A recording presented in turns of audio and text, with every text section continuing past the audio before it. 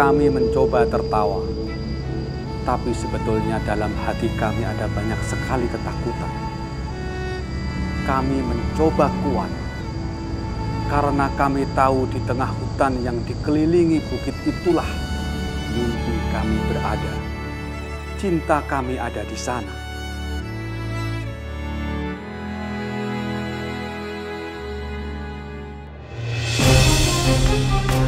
Berat? Tentu saja. Bukan perjuangan namanya kalau tidak berat. Tantangan demi tantangan, satu persatu kami lalui. Dan akhirnya kami menjadikan ini sebagai sebuah pencarian. Pencarian arti dari sebuah mimpi dan cinta. Dan yang paling penting adalah pencarian jati diri kami sebenarnya.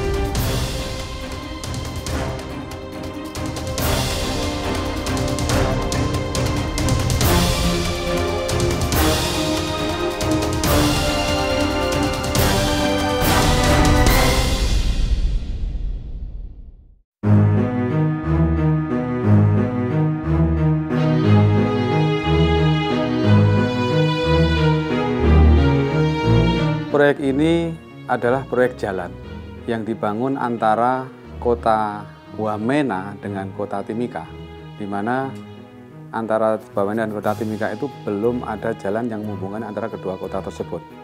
Proyek Kenyamugi dipercayakan kepada PT PP Pambungan Persero untuk paket sepanjang 78 kilo ini kita diminta untuk menyelesaikan dengan nilai kontrak sebesar 412 miliar selama 3 tahun anggaran awal rencana. Nanti kalau pelaksanaannya itu selesai tercapai di panjang kilometer 85 kilo 950 meter akibat kondisi alam dan kondisi bebatuan yang ada di lokasi pekerjaan. Kita mendapat pekerjaan ini dari Kementerian PUPera, Direktorat Jenderal Bina Marga, Balai Besar Pelaksanaan Jalan Nasional 10 Provinsi Papua. Tujuan daripada proyek ini adalah pemerintah ingin menurunkan harga kebutuhan-kebutuhan pokok yang ada di ruas jalan itu. Karena sekarang ini kota-kota yang ada di Papua, transportasinya masih menggunakan transportasi udara. Bisa kita bayangkan, transportasi udara itu sangat mahal, sehingga untuk kebutuhan-kebutuhan pokok yang digunakan untuk masyarakat yang ada di lokasi hutan-hutan tentunya, itu sangat-sangat mahal. Seperti contoh, semen saja bisa mencapai satu saknya antara 800 sampai 1 juta. Ini sangat jauh sekali, sangat tinggi sekali berbeda dengan saudara-saudara kita yang ada di Jawa dan sekitarnya. Semen 60.000, 70.000 per sak. Di sana sekian kali lipatnya.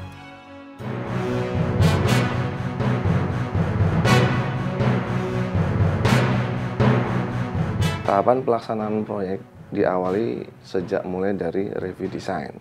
Review desain dilaksanakan dengan pertama kali tim survei itu melaksanakan survei ulang terhadap trase yang ada dalam gambar desain. Dan tidak mudah bagi tim survei kami untuk melakukan hal tersebut karena kondisi medan yang berat, kondisi sosial juga yang menantang, disertai cuaca yang ekstrim. Saya masuk PP udah kira-kira 25 tahun yang lalu.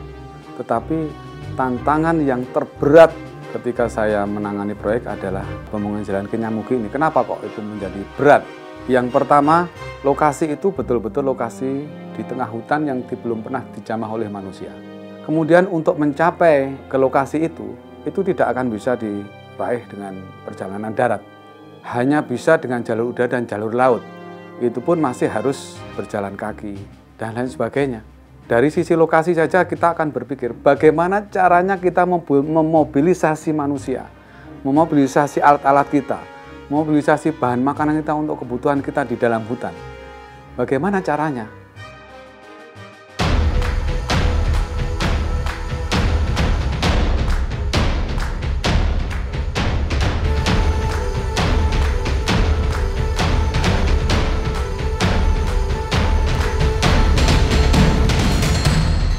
Ada yang menarik daripada mobilisasi di sini karena kita tidak berada di kota, sehingga aktivitas mobilisasi itu kita laksanakan dari hulu sampai hilir.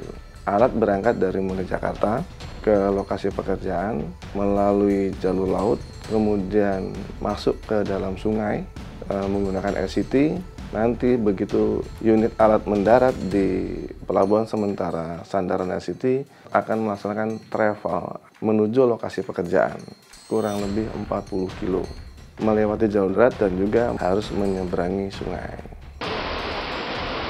Aktivitas penyeberangan sungai itu lebih dari 2 minggu kita laksanakan.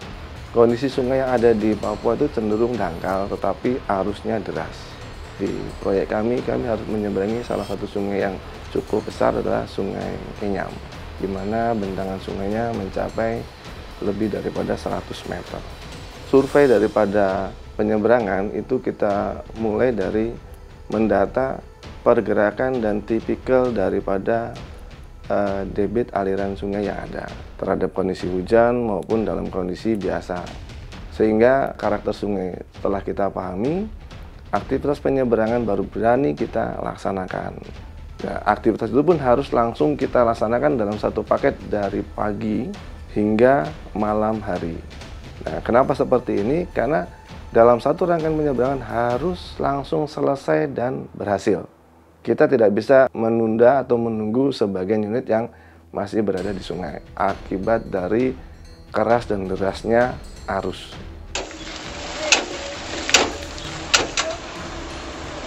Fase yang kita lalui yaitu ada lembah dan ada pegunungan.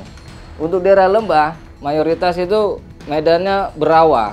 Pernah alat kita tertanam 3 unit ekskavator tertanam. Itu batas sampai dengan counterweight ya, itu sangat beresiko yang mengakibatkan jika air sudah masuk ke bodi mesin, resikonya fatal, akhirnya kita tidak bisa mengangkut lagi alat tersebut. Untuk berikutnya, menghindari hal-hal itu yang akan terjadi, kita menggunakan metode mating, yaitu menggunakan kayu. Karena di sekitar kita banyak pohon yang diameternya sampai 30, 40, itu kita potong, itu kita susun di rawa tersebut. Pada saat dia tertanam, baru kita timbun. Timbun dengan material urukan pilihan. Ada batu, ada tanah. Tapi diutamakan pertama adalah batu-batu besar dulu untuk bagian struktur bawahnya. Setelah batu-batu masuk, baru kita gunakan material tanah. Akhirnya truk dan alat-alat yang lain bisa melewati rawa tersebut.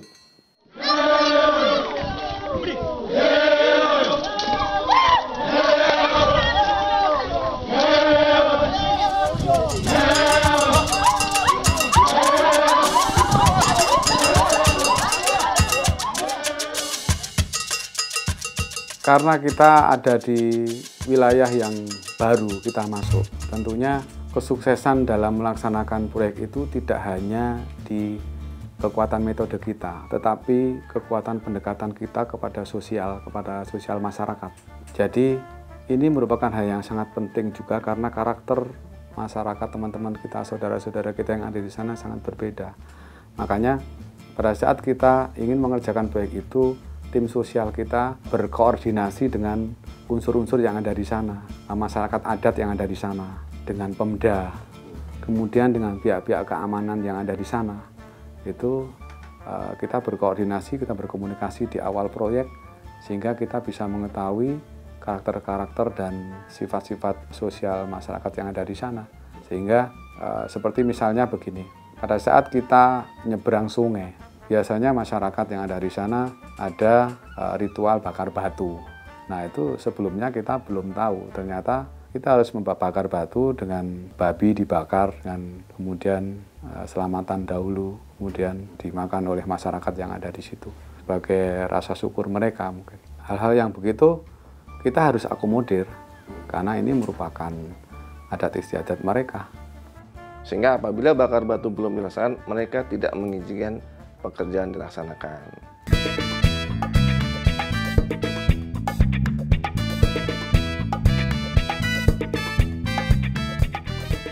Pada awalnya proyek kita ini direncanakan satu arah, bergerak dari Kenyam menuju Mugi dalam desain rencana panjang trase 78 km.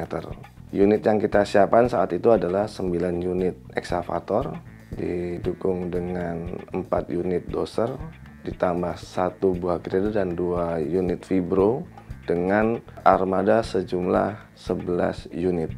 Alat pertama yang bergerak adalah 2 unit ekskavator untuk melaksanakan piloting, untuk mendapatkan kepastian bahwa lokasi rencana jalan sesuai dengan rencana gambar.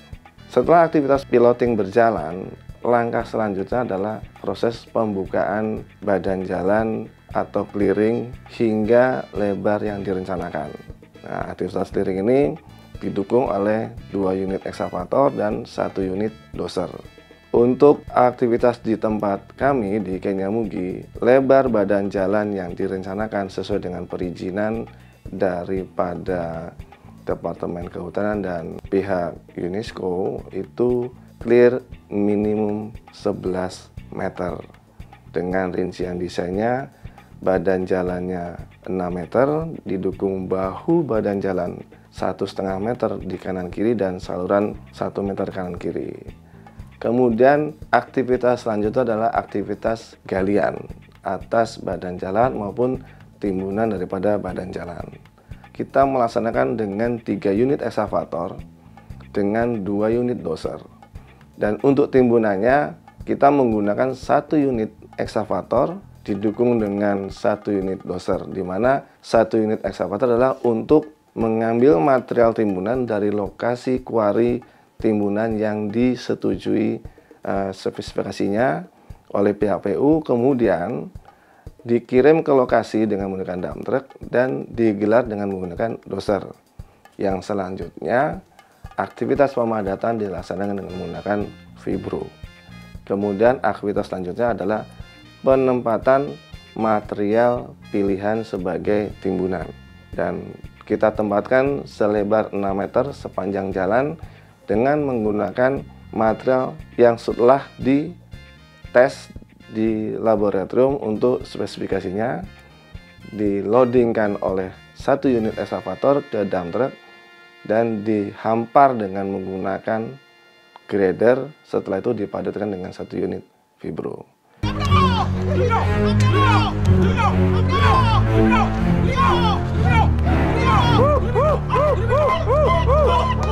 Saya ingin membangun saya punya daerah karena otonomi khusus.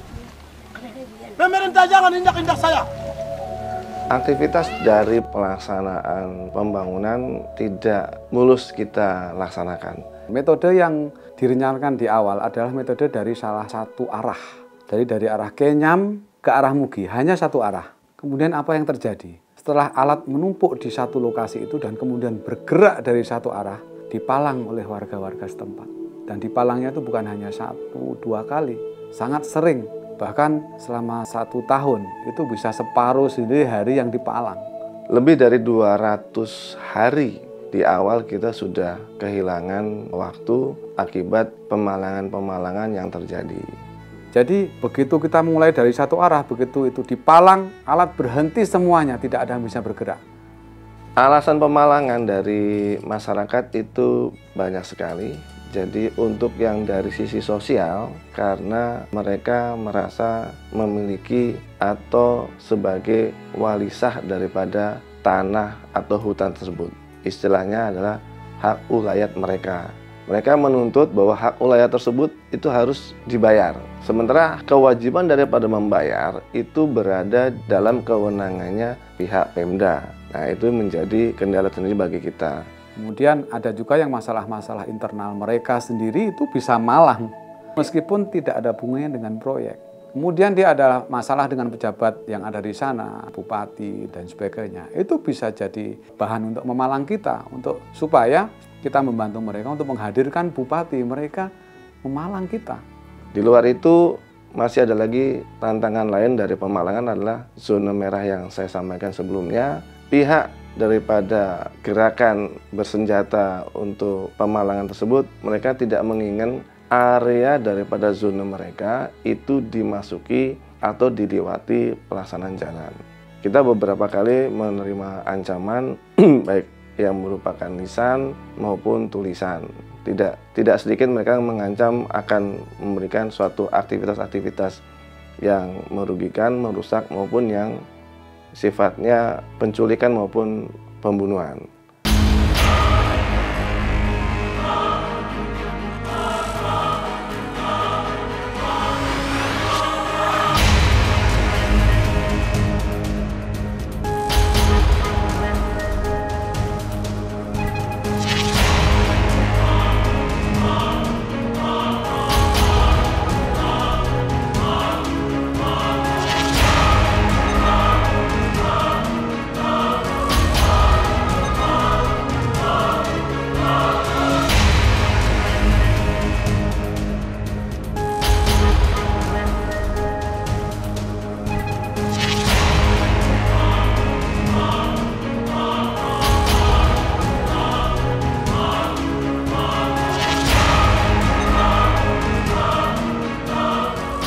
Akibat ada pemalangan yang dari satu sisi tadi, dari satu arah. Lantas kita berpikir bagaimana caranya dengan target waktu yang tetap, kita tetap bisa melaksanakan proyek ini dan tetap bisa menyelesaikan proyek ini. Kita harus rubah strategi. Disitulah kekuatan analisis kita di lapangan diperlukan. Dengan adanya kondisi ini, kita harus diskusi, kita harus membahas dengan tim bagaimana caranya kita bisa tetap mempertahankan waktu di proyek. Satu-satunya jalan adalah merubah metode kita dari satu arah menjadi beberapa arah pekerjaan. Tidak ada lagi cara kecuali menerbangkan alat-alat berat kita dari satu lokasi kita, dari satu arah itu ke beberapa lokasi yang lain. Satu ekskavator ini akan kita copot menjadi 6 bagian. Masing-masing bagian akan kita angkat pakai helikopter. Kita turunkan ke Paro. Nanti kalau udah sampai Paro, kita rakit kembali, kemudian bekerja. Di mana heli yang mampu untuk melaksanakan angkutan tersebut untuk saat itu hanya ada helikopter Kamov X Rusia. Unit ini pun tetap tidak mampu dalam satu kali angkut, harus diangkut dengan cara dipecah-pecah. Metode untuk mutilasi alat-alat berat dan diterbangkan dengan helikopter ini adalah metode yang pertama kali dilakukan oleh PP sepanjang berdirinya PP. Adapun alat-alat yang harus dikirim melalui udara dengan metode mutilasi yaitu ekskavator, grader, bomak, doser, dan truk. Kita kirim melalui udara pertama yaitu dengan cara mutilasi. Contohnya ekskavator. Kita memotong ekskavator menjadi 6 bagian. Kenapa dibagi 6? Karena tergantung daripada kapasitas daya angkut daripada Kamov itu. Yang kedua, karena posisi ketinggian, contohnya di daerah Paro, ini daerah ketinggian, kita tidak bisa mengikuti kapasitas daripada heli tersebut. Kapasitas heli tersebut 3,8 ton, tetapi karena pengaruh ketinggian dan faktor angin, kita harus mengurangi beban tersebut. Tidak boleh lebih dari 3,2 ton. Heli Kamov itu terbilang langka untuk wilayah Papua. Jadi kita sempat rebutan dengan pihak kontraktor lain untuk menggunakan unit tersebut. Yang kedua, heli Kamov itu sempat diganggu oleh gerakan separatis yang ada di sana. Jadi sempat heli kita tersebut yang kita gunakan sempat ditembak.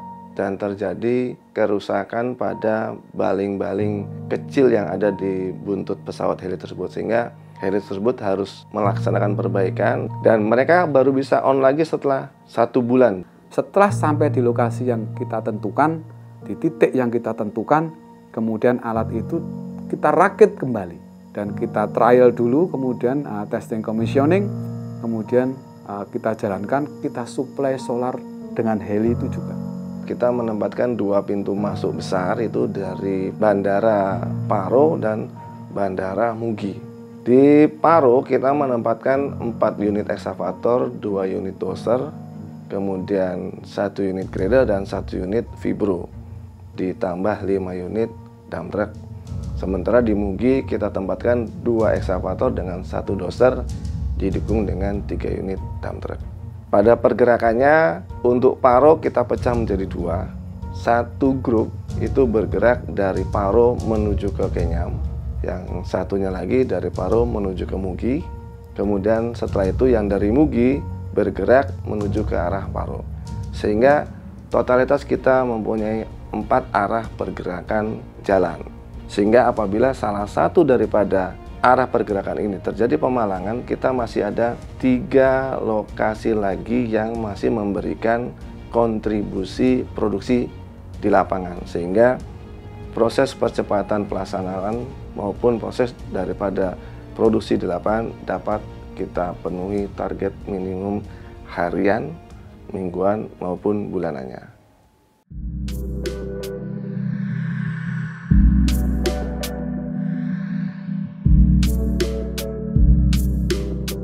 Untuk pekerjaan yang di daerah ketinggian, ya berawal itu dari lokasi Paro. Semakin lama trase kita akan menanjak karena posisi daripada Mugi ini adanya di ketinggian 2500. Disinilah peranan daripada ekskavator, terutama daripada operator itu sendiri, karena medan di sini posisi di gunung yang di kanan kirinya jurang. Selain itu juga ada tantangan lagi yang semakin tinggi, oksigennya tipis, berkabut, dingin.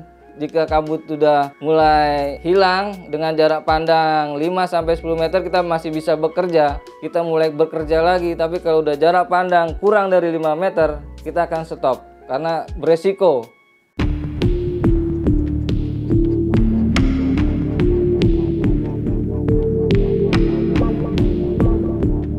Bagaimana dengan mekanik, operator? Di sini kita menggunakan cam, namanya flying cam.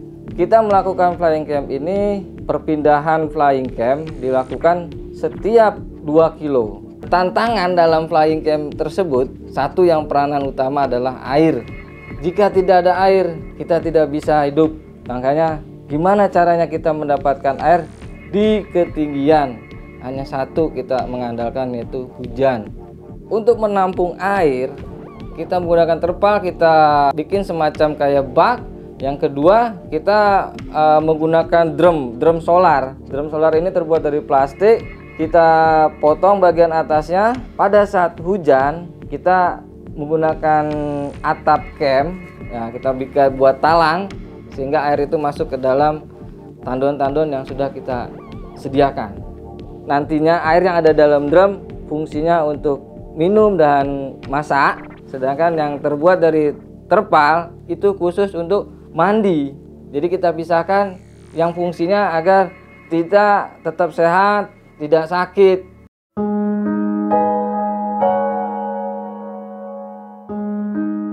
Daerah Papua, karena itu adalah daerah yang masih jarang penduduknya, makanya apalagi di tengah hutan itu masih banyak nyamuk, yaitu nyamuk malaria. Itu daerah endemi, jadi daerah yang betul-betul nyamuk malaria masih tersebar sangat banyak sekali di sana. Ini adalah merupakan tantangan juga dari tim kita. Hampir 99% teman-teman kita yang ada di sana terkena malaria. Tapi itu tidak menyurutkan semangat-semangat teman kita. Di awal itu juga terkaget-kaget. Pada saat ada teman kita di hutan, terus kemudian terkena malaria di sore hari. Sementara transportasi yang ada itu hanya heli. Dan heli dia tidak bisa terbang di waktu sore sampai dengan pagi. Ya, satu-satunya jalan kita merawat teman kita sampai dengan besok paginya. Menunggu helikopter menjemputnya. Itu pun kalau cuacanya bagus. Kalau cuacanya lagi hujan dan heli tidak bisa menjemput kita. Ya, dengan terpaksa, dengan kekuatan kita merawat lagi teman kita sampai dia diangkut pakai heli, kemudian terbangkan ke Kenyam, kemudian terbangkan ke Timika lagi untuk dirawat di sana. Justru adanya penyakit malaria ini malah justru menambah kekompakan tim kita akan menjadi kuat, karena disitulah kita peduli terhadap saudara kita sendiri, teman kita sendiri, tim kita sendiri. Keterkaitan hati di sinilah yang tidak dijumpai di lokasi-lokasi yang lain.